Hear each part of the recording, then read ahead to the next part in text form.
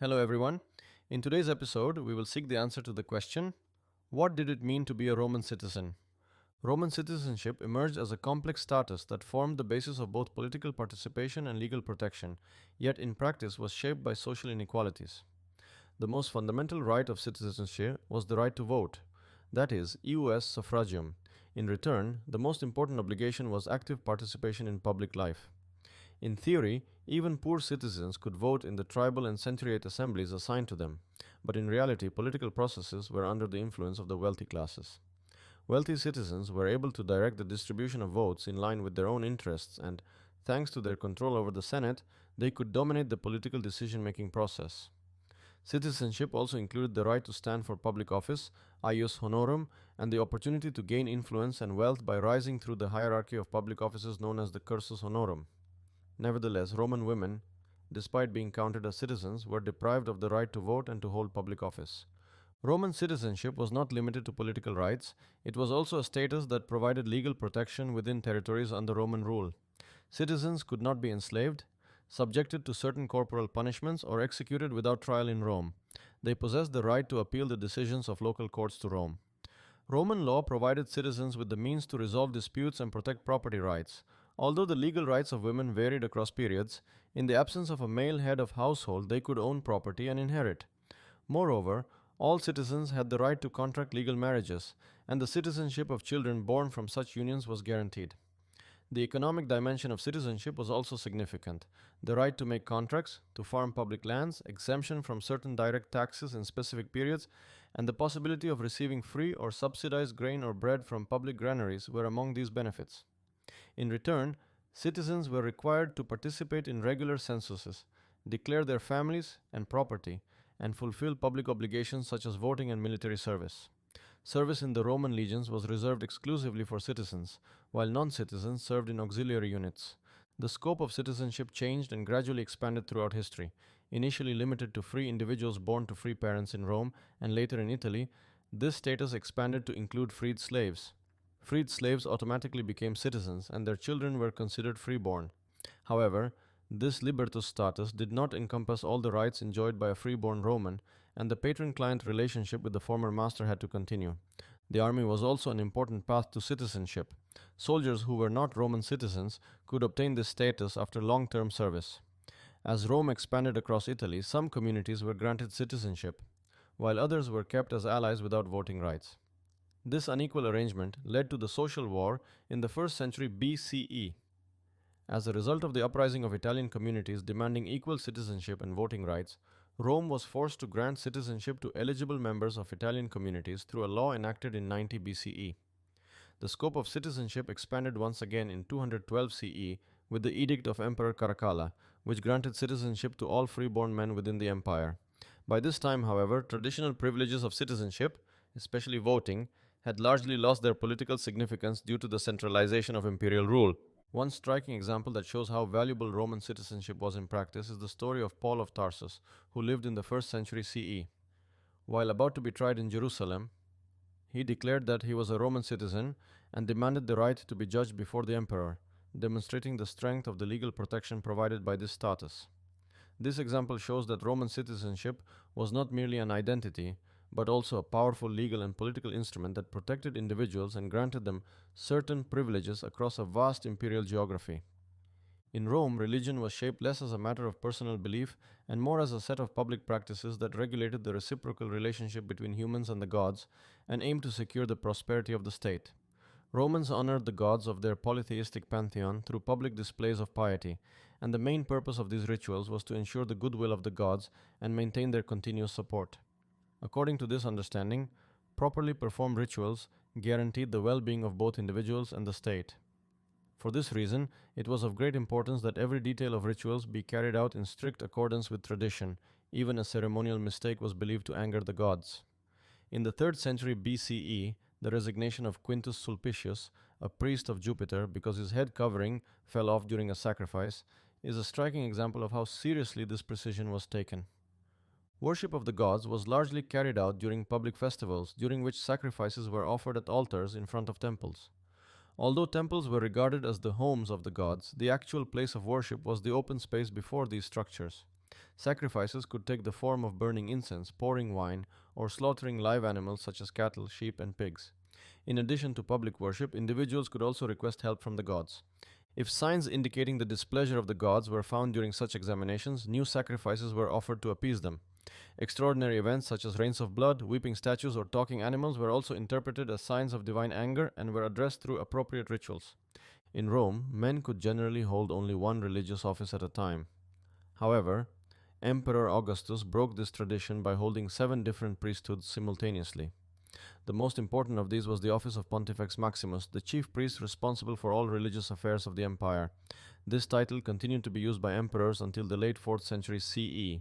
With the rise of Christianity, it passed to the Bishop of Rome and eventually evolved into the papal title. This process shows that Roman religious institutions left a lasting institutional legacy, not only in the pagan period but also in later centuries.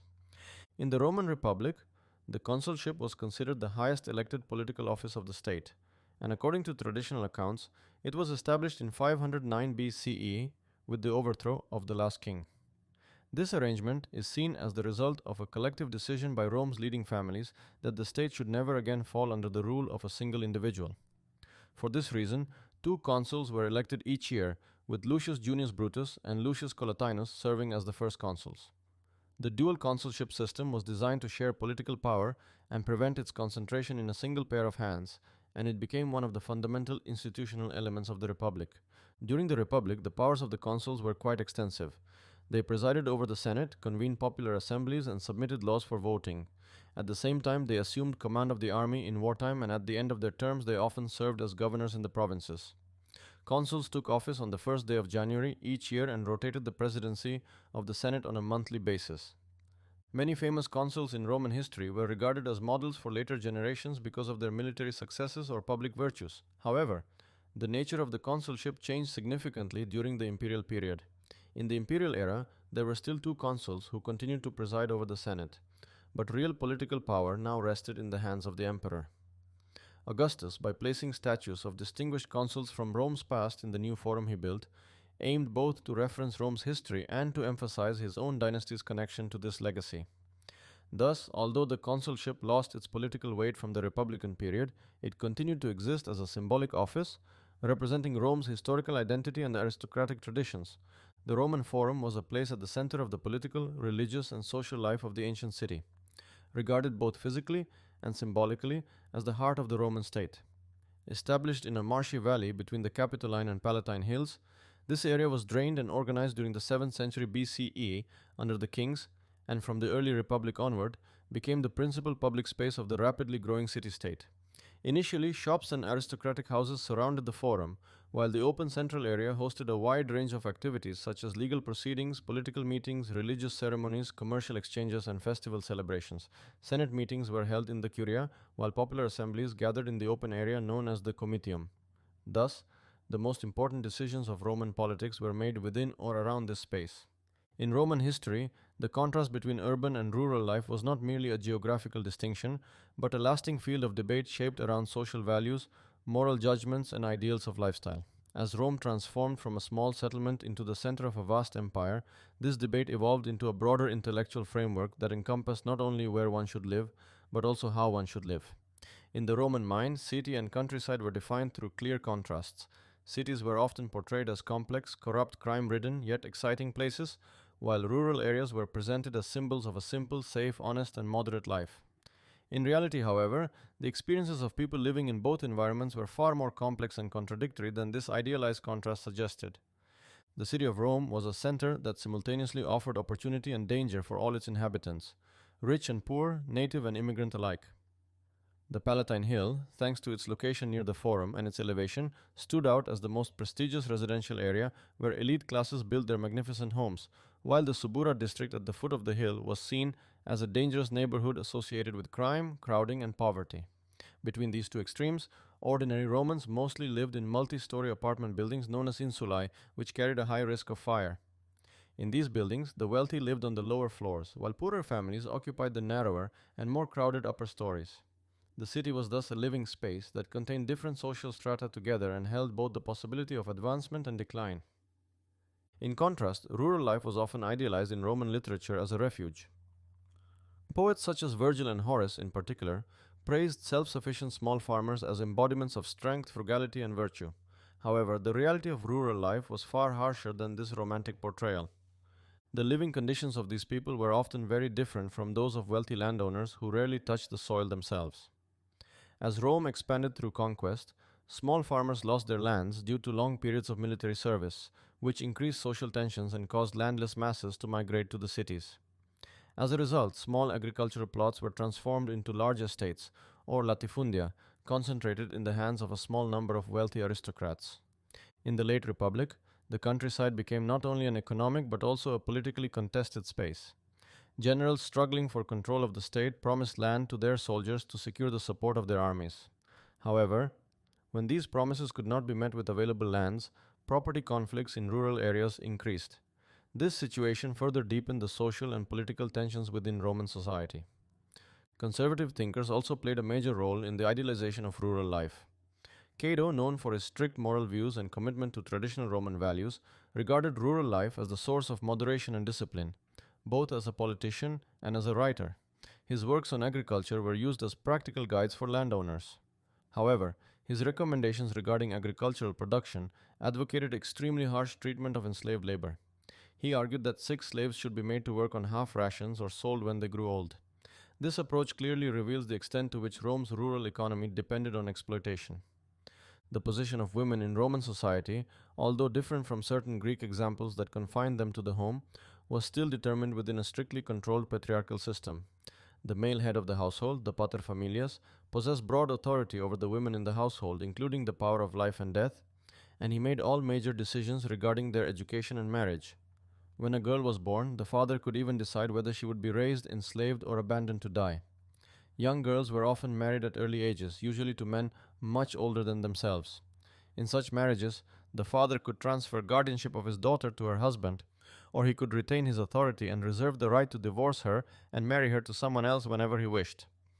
Nevertheless, after the death of the household head, women could acquire certain economic and legal rights. They could gain the authority to own property, inherit, buy and sell, free slaves, and even draw up wills. Some laws enacted in the 1st century CE also freed women who had borne at least 3 children from the obligation of having a legal guardian. However, such rights did not apply equally to all women in society, and the lives of most women were shaped by heavy social expectations and biological risks. Childbirth was an extremely dangerous process in the ancient world. Due to the absence of reliable birth control methods, many women spent much of their lives in cycles of pregnancy and childbirth. Women could not directly participate in political and legal affairs. They could neither vote nor stand for public office. Nevertheless, some women were able to gain indirect influence through family connections. Women belonging to the imperial family, in particular, could reach positions where they influenced political decisions through their closeness to the emperor. However, such influence was often portrayed negatively by male historians. Thus, we have come to the end of today's episode. In the next episode, we will listen to Rome's conquests across the Mediterranean basin during the Roman Republic. Please continue to follow us.